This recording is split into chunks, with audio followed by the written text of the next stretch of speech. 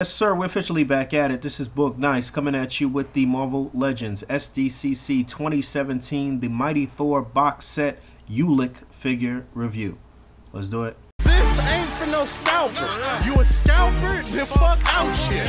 This one's for them real collectors. That's army building and posing figures. Marvel Legends, imports, mini matey, I'm fucking with them. Hype beast, we know about you. Stay buying figs, don't know about it. I just realized I haven't been saying Marvel Legends in the intro of the videos. I've just been saying SDCC 2017 exclusive, but obviously this is a Marvel Legends figure. This is a base buck that we pretty much are all familiar with by now. It's the same base body that they use for the two Abomination figures that we've gotten, the SDCC Abomination and the one that came out at retail as the Builder figure. So Ulik is a longtime Thor antagonist created in the late 60s by Jack Kirby and Stan Lee.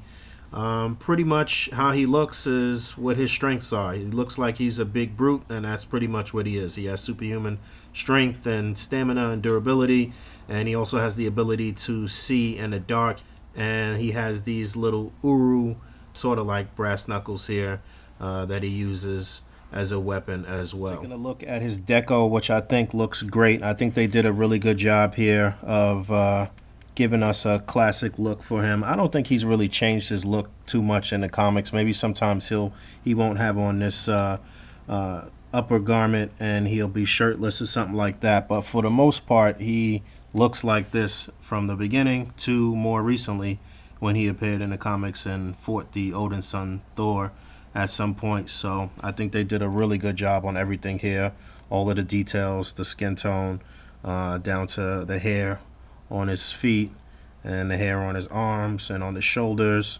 I don't really like how on the shoulders here the hair is not actually attached to the shoulder, but I understand why. Obviously that's so you can still articulate his arms and they don't hinder the articulation in any way.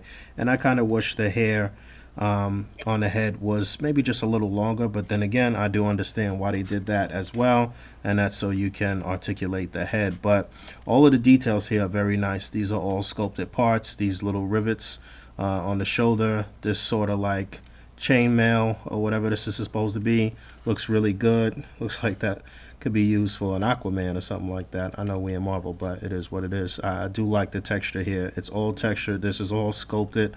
All of these parts are raised. Everything looks very good. I think the deco is pretty spot on. And just taking a closer look at his head sculpt, which I think they did a really good job on. Obviously this is a totally new sculpt. This is totally unique to this body, even though the body is a reuse like I mentioned. And I forgot to mention all of these little boils and bubbles on the skin similar to the Abomination. I think it works well for Ulik as well. But yeah, the head sculpt, great. I like the way the teeth look. I like the way the eyes look. No wonky eyes or anything. His eyebrows looks like the Dominicans did them. Everything's looking good. He's got the perm. He's looking good, man.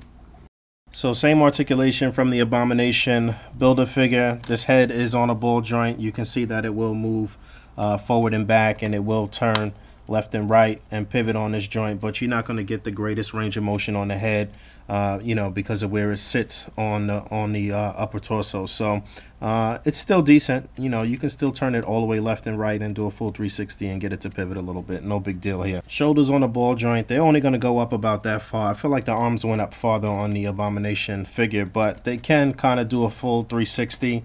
They're not hindered by the hair that is stuck to the shoulder apparatus here. You get an upper bicep swivel, you get a single jointed elbow, you get a swivel and a hinge on the wrist. The ab crunch is not the greatest going forward. That's pretty much it, but it will get a couple clicks back.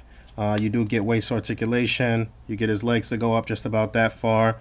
You get a single jointed knee, and you get a hinge and a pivot on the foot. So it's pretty decent for a very large figure here, and I appreciate that they put this really big figure in the set. Essentially you're getting a Builder figure inside the box set. You're getting a lot for your money in this particular set. But yeah, a few size comparisons going. You can see the old Toy Biz Giant Man series Thor here, and I talked about this in the Odin's Son Unworthy Thor review, how the size of Thor has changed so much between Toy Biz and Hasbro, and they can't seem to get the scale right. And you can see that's a much smaller version of Thor there, and I don't think the size between that Thor and Ulik is right. For the most part in the comics, Ulik has been very short and stocky, but not really towering over Thor, not too much bigger. So I think the size from the Unworthy Thor here on the right and Ulik is about right. And again, moving forward, I would like to see them use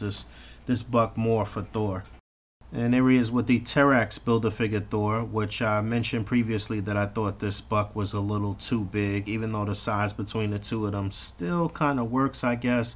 Again, I still prefer Thor to be a little shorter and to have better articulation. And then there he is next to the Abomination Build-A-Figure, which, as you can see, they're the same base buck. So I think Hasbro did a really good job of choosing the buck for Ulik, more so than that for Abomination, which I've mentioned plenty of times. I think Abomination was just too short. I appreciate the girth of the figure, but too short.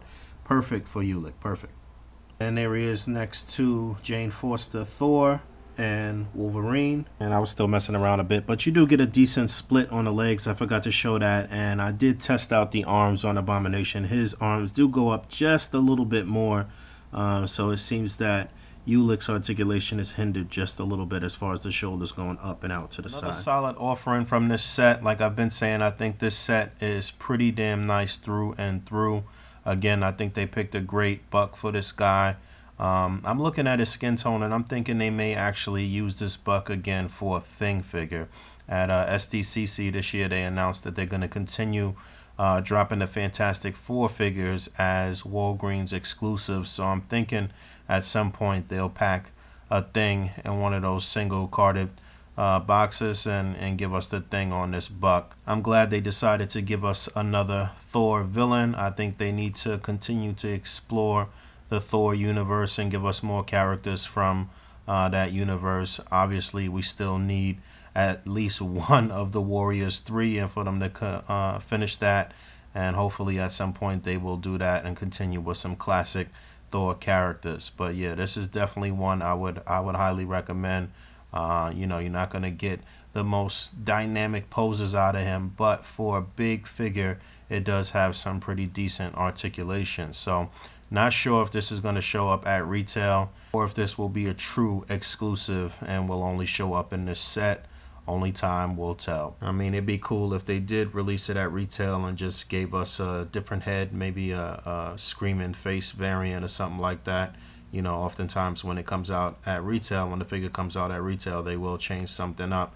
I've noticed that a lot of the 3 3/4 inch figures that they've done in the past have been scaled up and dropped in 6-inch form. So this was one that came out in 3 3/4 inch. Still quite a few figures that we haven't seen in 6-inch that they did in 3 3/4, and I think that line is dead. It's been dead, so they need to just go ahead and push forward with giving us the rest of those characters in 1/12 scale. Thanks for hanging out. As always, rate, comment, and subscribe. And until next time, peace.